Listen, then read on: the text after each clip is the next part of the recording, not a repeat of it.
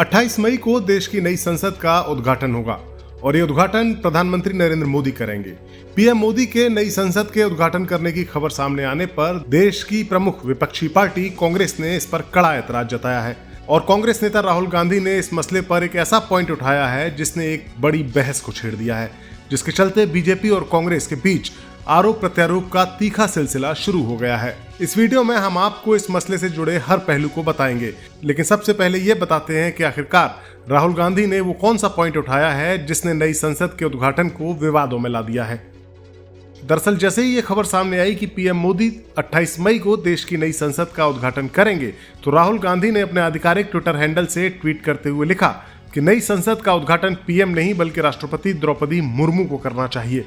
राहुल के ट्वीट के बाद उनकी पार्टी के संगठन ओवरसीज कांग्रेस के नेता वीरेंद्र वशिष्ठ ने ट्वीट करके संविधान के आर्टिकल 79 का हवाला देते हुए कहा कि संसद के दोनों सदनों के अलावा राष्ट्रपति भी देश की संसद का हिस्सा है। जाहिर है उनका मकसद नई संसद का उद्घाटन राष्ट्रपति से कराए जाने की राहुल की मांग को आगे बढ़ाने का था।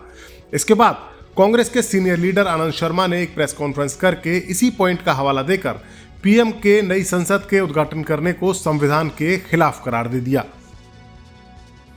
And who also feel that it's not constitutionally correct to take major decision about the Parliament of India, excluding the head of the Parliament, the President of India, from the decision making, from the foundation stone laying, now for the inauguration.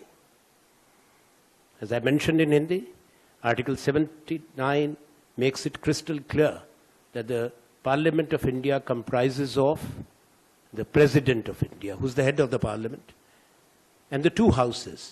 First, the permanent house, the Rajya Sabha, the Council of States. The Constitution uses the word the Council of States, the Rajya Sabha, and then the House of the People, the Lok Sabha. So that is why Council of States? Because India is a union of states, and the chairman of the Rajya Sabha is number 2 in the warrant of President, Honorable Vice President of India. Congress यहीं तक नहीं रुकी। उसके अध्यक्ष मल्लिकार्जुन खड़गे ने कहा, लगता है कि मोदी सरकार ने अनुसूचित जाति और आदिवासी समुदायों से राष्ट्रपति इसलिए चुना ताकि राजनीतिक लाभ लिया जा सके। पूर्व राष्ट्रपति रामनाथ कोविंद को नए संसद भवन के उद्घाटन समारोह के लिए आमंत्रित नहीं किया गया।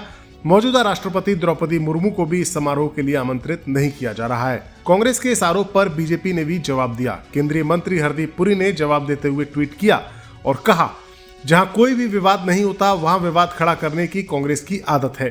राष्ट्रपति जहां राष्ट्र के प्रमुख होते हैं वहीं पीएम सरकार के प्रमुख होते हैं और सरकार की ओर से संसद का नेतृत्व करते हैं, जिनकी नीतियां कानून के रूप में प्रभावी होती हैं। राष्ट्रपति किसी भी सदन के सदस्य नहीं, जबकि पीएम है। देश की नई संसद के मसले पर कांग्रेस और बीजेपी के बीच तकरार का यही एक मसला नहीं है। दरअसल नई संसद का उद्घाटन वीडी सावरकर की जयंती 28 मई के दिन होना है और कांग्रेस को इस बात पर भी आपत्ति है। मौजूदा संसद को 96 साल पहले 1927 में बनाया गया था। मार्च 2020 में सरकार ने संसद को बताया कि पुरानी बिल्डिंग ओवर यूटिलाइज्ड हो चुकी है और खराब हो रही है। इसके साथ ही लोकसभा सीटों के नए सिरे से परिसीमन के बाद जो सीटें बढ़ेंगी उनके सांसदों के बैठने के लिए पुरानी बिल्डिंग में पर्याप्त जगह ही नहीं है। इसी वजह से नई बिल्डिंग बनवाई जा रही है। तिकोने आकार के नए संसद भवन का निर्माण 15 जनवरी 2021 को शुरू हुआ था। इस बिल्डिंग को पिछले साल नवंबर में ही पूरा हो जाना था। पीएम नरेंद्र मोदी ने 10 दिसंबर 2020 को नए संसद भवन की आधारशिला रखी थी। ये वीडियो आपको कैसा लगा कमेंट बॉक्स में जाकर अपनी राय हमें जरूर बताएं।